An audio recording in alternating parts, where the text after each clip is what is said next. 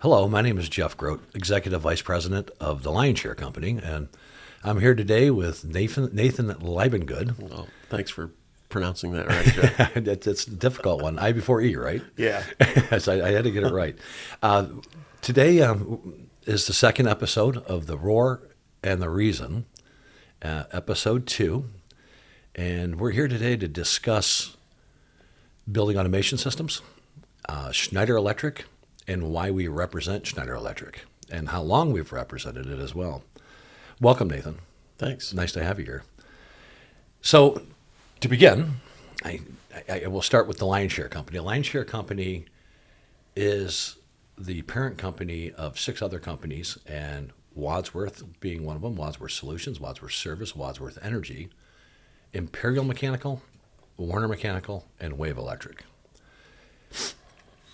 With that being said, our building automation division's been around for many, many years. Britt Wadsworth, who is second generation Wadsworth and in the business, and Britt was the founder of the building automation group, believe it or not.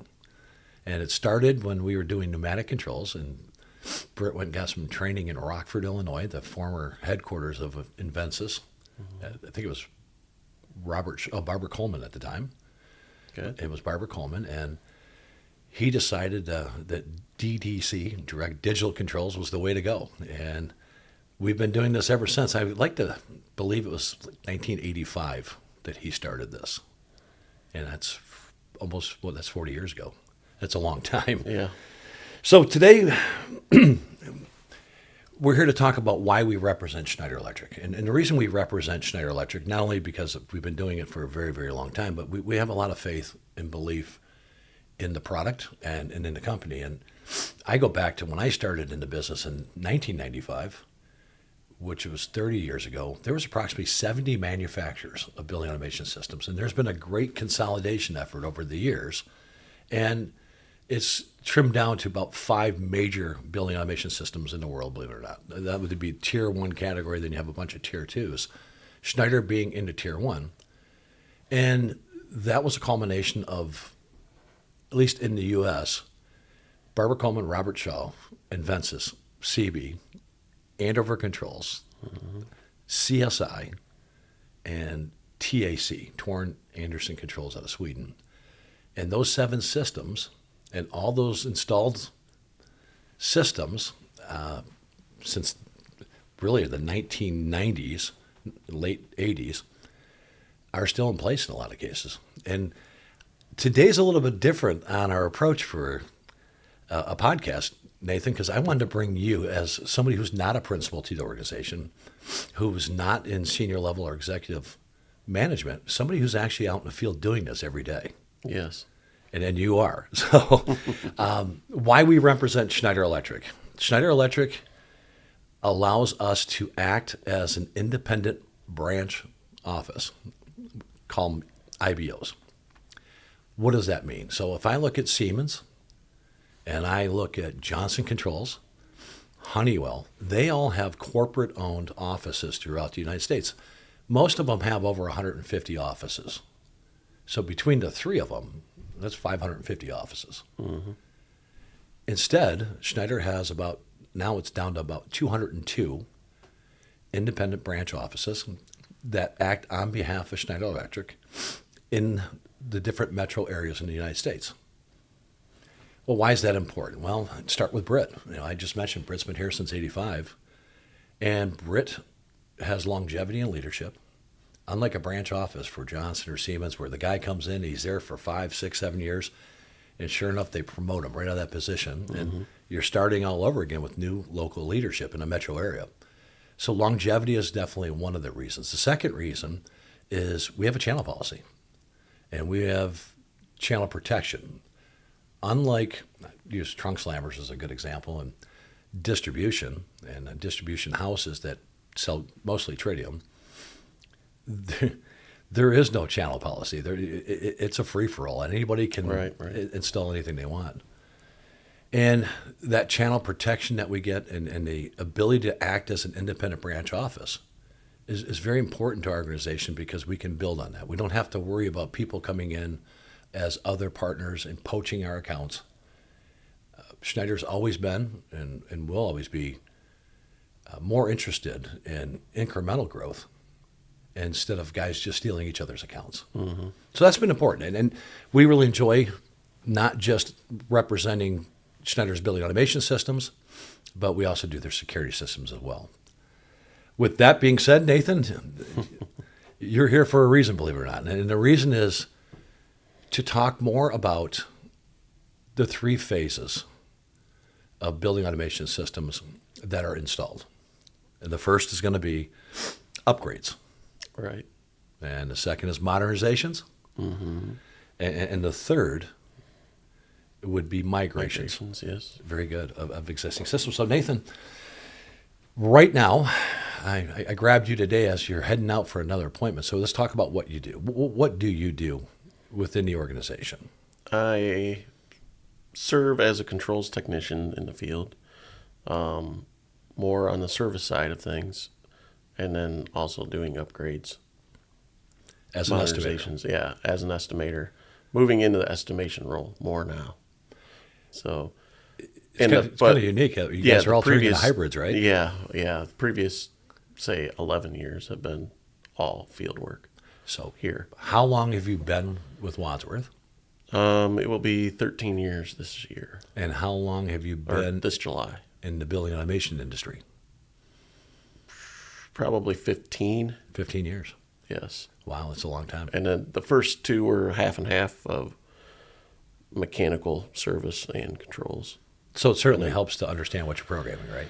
Yeah. It's the first the first half of my career majority of it was mechanical service. Okay. And then the last couple before I came here was the split. If you don't mind me asking, where did you work before here? Various other companies. Okay.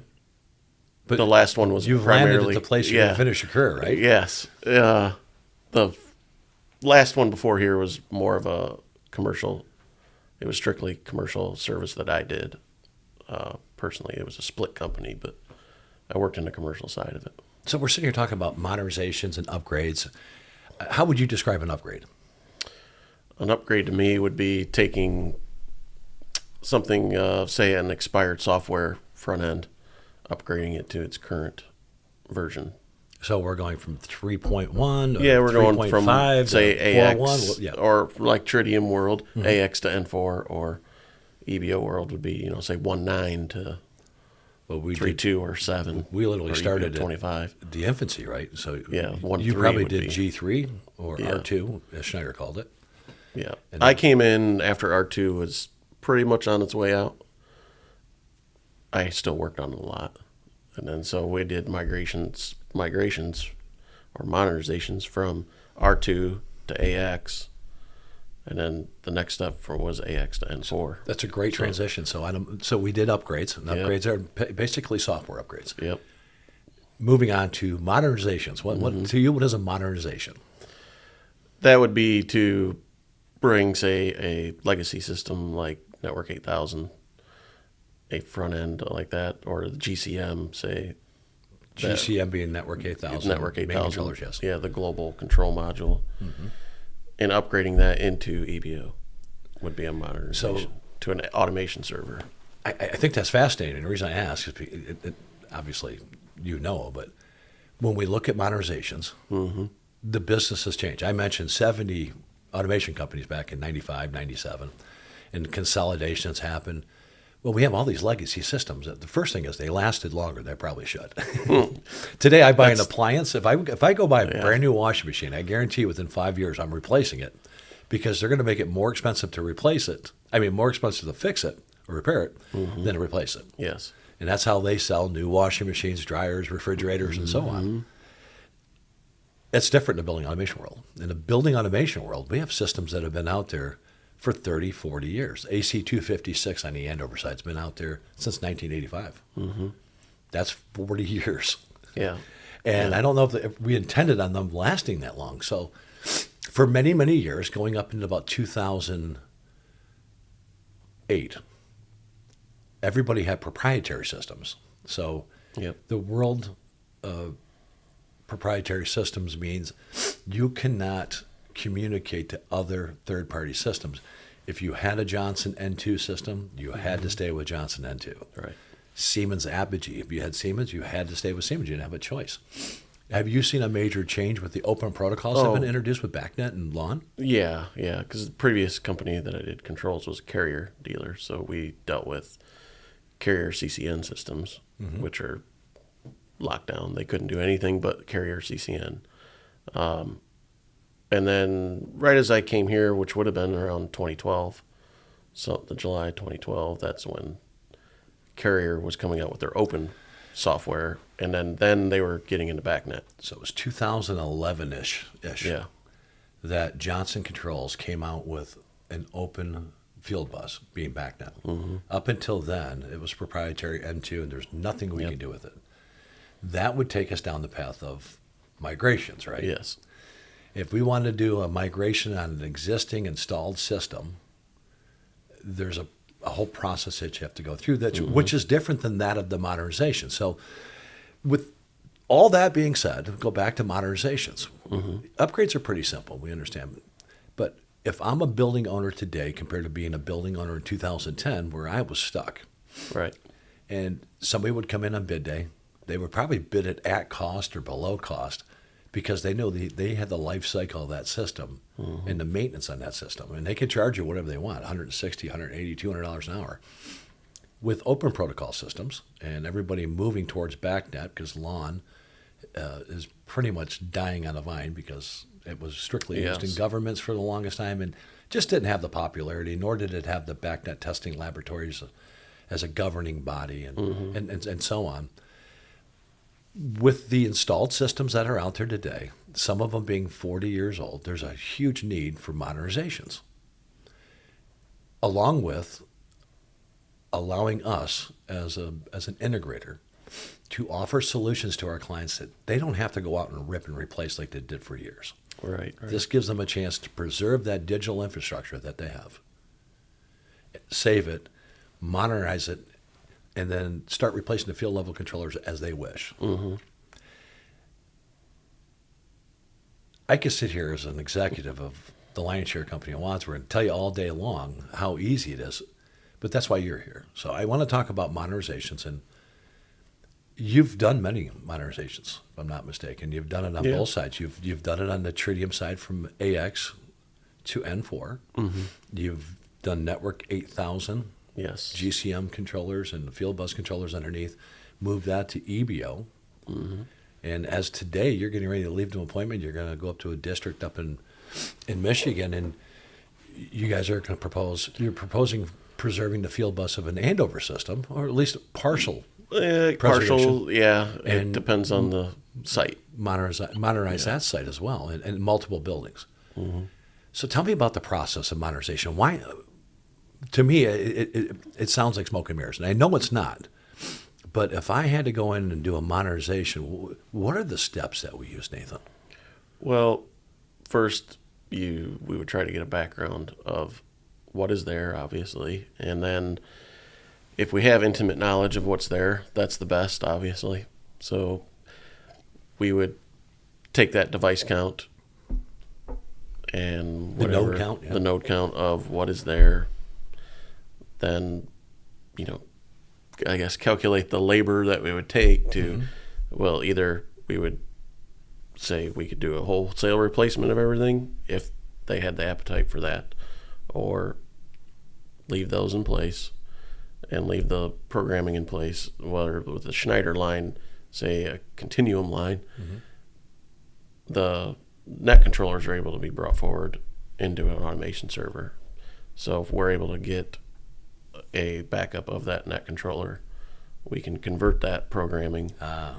Backup, okay. Yes. Convert that programming and drop it into an AS. I mean, I guess I could say drop it, but there's more involved. I get drop it, yeah. You drop it into the automation server, and the system more or less takes off as if that net controller is still there, or essentially still is. It's just in a newer appliance. So it's like a conversion tool that you're using? Yep, conversion tool. Do we take this data, and as we take the data out of the existing older legacy system, do we take that data and send it somewhere? At first we did. I don't know if we do that anymore. Yeah, I think now we have it available to us in-house through Smartware technologies. Okay. So we're able to use that on our own, convert it, and then we get the database to use to. So once we have that database, which saves us a ton of time on programming, Oh yes. Yeah. sequence of operation, programming.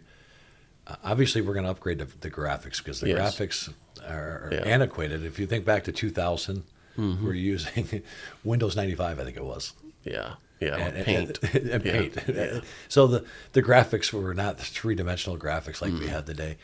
So at least on the programming side, the customer saves a lot of money, and we save a lot of money for the customer because we don't have to go write all these programs all over again. Right. That makes sense. Okay, once we get the programming, we get the backup, we massage it. You had mentioned on the modernization that sometimes we keep field level controllers, and sometimes we'll mix those with new controllers. Yes. Or modules, expansion modules. Yeah. Yeah. Field level controllers. Yes. And I guess if I was to do a new installation on a rip and replace, Nathan, and compare that to a modernization, how much time do I save? A lot. I don't know if a lot's Yeah. I don't know if a lot's an answer, but when you say a lot, are we saying a modernization might take 25% of the time as a rip and replace? Yeah. I would say so. Quarter, 30%. 30%. We'll go a third. How about that? A third, and then 33%. So Yeah. that basically equates to dollars saved, preserving the digital infrastructure, moving the client forward, and field level controllers, if and when they want to start replacing them, they can do it on their timetable and not ours. Yes. And it also allows our clients no longer to be held hostage, right? And then when we get Right. into the migration side, And we can that do the depends, same. though. Not replacing the field controllers does depend on what the availability of those obsolete controllers are, where that Exactly. is becoming less and less. And you don't want to put the customer in a situation where if they do have a controller go down, that it's going to take weeks to get a replacement controller instead of Being an older day. legacy system, you Right. actually have to send it out for repair. or repair And wait for it to come back. or you get a rebuild that may be questionable. Because We've seen. I I've think seen it's that a lot. like 30 or 40% of the controllers that we get as a repair or a rebuild. It depends on you the line plug of it the in controller. and it's dead. Yes, it depends on the line of controllers, though. There's just no where they're guarantee. being rebuilt. Yeah. So, modernization time frame. So if I do a rip and replace, and I have the option to do a modernization, we mentioned it's about 33% of the time. So if I had to go in and do a complete project, upgrade the software, modernization, what's it typically take for a school or a small commercial office building, you think? Depending on how many controllers they have there, a couple weeks. Couple weeks? Yeah. We know rip and replaces can take forever at times. That's going to take, those are the type of projects you have to do off summer. If you're dealing with a school, it's going to be through the summer when the buildings are mostly unoccupied. What we didn't mention, which is really important, is we didn't mention the point that when we start changing out field level controllers, a lot of times you got to change the field level bus. Yes. Great example would be on the Infinet side. If we're doing the older legacy Infinity or Continuum sitting on top of Infinity, it's RS-485. A lot of times they use a daisy chain, Yes. but sometimes they use a star bus. Yeah, if it's a star bus. It's a star bus. You It gotta changes go away from it, everything. yeah. And we're not able to do that. Very good. Now, BACnet IP controllers. So Yes. Schneider's first to go to market a few years ago, and they launched BACnet IP field level controllers. I think they're Great great. idea. I think they're great. But what we learned is, and I'm using Greektown Casino as a really good example. When we did Greektown, we were using RS-485 to bring in the new units, the air handling units. And the problem is they were trying to shove so much information down that 22 gauge wire. Right. It was, the latency was incredible. We just had all these delays in building a screen, a graphical screen. And one of the reasons they came out with BACnet IP is because it's so much faster, right? Yeah. It's Cat6 cable, and information moves freely, and you're not waiting for a graphical screen to build for 3 minutes just to get the information that you needed 2 minutes ago. Right. Yep. Very good. Yeah, I think the bus architecture running with the Cat6 is a lot nicer. It took able to do took a lot of people a long time to get there. the RSTP loop, the way they're structured. And there's different loops That's we nice. can use. Yeah.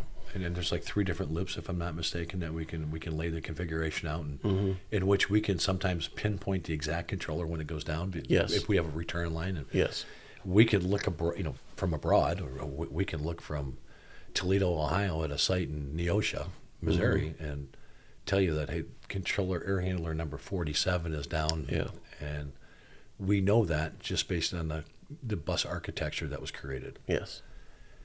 You've spent a lot of time in the industry, and I tell people this all the time. It's a shame I'm getting old. I hate the fact I'm getting old, only because this is an exciting time in the building automation world with all the changes, all the evolutions in technology. It wasn't like this 20 years ago. We were just selling systems, installing systems, and moving on. But there is so much more we can do today on the migration side. And I look at Johnson N2 bus, and now we're doing Siemens Apogee. Yeah. How much has that changed in your world? Have you seen a lot of changes in our ability to migrate third-party or other building automation manufacturer systems? Yeah, the Siemens one was a real game changer that we discovered, that Purple Swift software. Out of South Africa, of all places. Yeah, and now Scotland, because I don't know if they moved things to Scotland. They moved to Scotland about 2 years ago. I think the guy just had a crisis and he wanted to move on. I'm not sure, Yeah, but yeah, I don't know, or if they just wanted to move out of South but we looked. Africa. You were involved in the Firelands Hospital Yeah. original project. And That worked out real well. I mean, they were still able, it wasn't a whole migration, but it gave them the opportunity to bring the whole rest of their P1 devices, or no, the P2 gateway. Yes. The P2 devices in through BACnet, rather than having to leave them separated on the Apogee side still, where no one else had been able to do that yet. Not many people realize that Wadsworth Solutions is one of the very few companies in the country that has done multiple Siemens migrations into EBO. And we tell people about it all the time. Along with we share the horror stories that we had at the beginning, Yeah. along with the successes we had recently in using Purple Swift. And Yeah. it's been a tough path, but this is something people haven't tried across the country for many, many years. They were scared to death of Siemens, number one. And number two is we had a lot of clients that were hamstrung because they were stuck in contracts they could not get out of, and we had to find a way to migrate. And Johnson N2 on the other side, we've done a lot of Johnson migrations. It's nice to have former Johnson people on staff, Yeah, like that helps. Keith and some others. And how do we typically do just on an EBO migration or even an N4 migration to the Johnson N2 bus? Well, we would use, if EBO, you would use the Smart Driver for the N2 side. Tritium has an N2 driver for the Johnson side as well. So you would use that to bring in the devices as if they were native to that. The difference being on who develops and designs the N2 driver for Tritium? I don't know that one. It's a third-party company from a foreign country. A lot of their drivers are designed from these third-party countries, and they sell those drivers, and they're required to maintain those drivers. But the biggest difference is what you just mentioned: the smartware and the widgets by Schneider Electric are developed by Schneider Electric. Right. They own it. They upgrade it. So if we look at doing a migration of a Johnson system, I'm always looking to go EBO for many reasons, but one of them is I know that Schneider owns the tool that is used to migrate and communicate bilingually back and forth Right. with the Johnson system. And knowing that they own it, they're going to have to upgrade it, update it, and maintain the driver itself.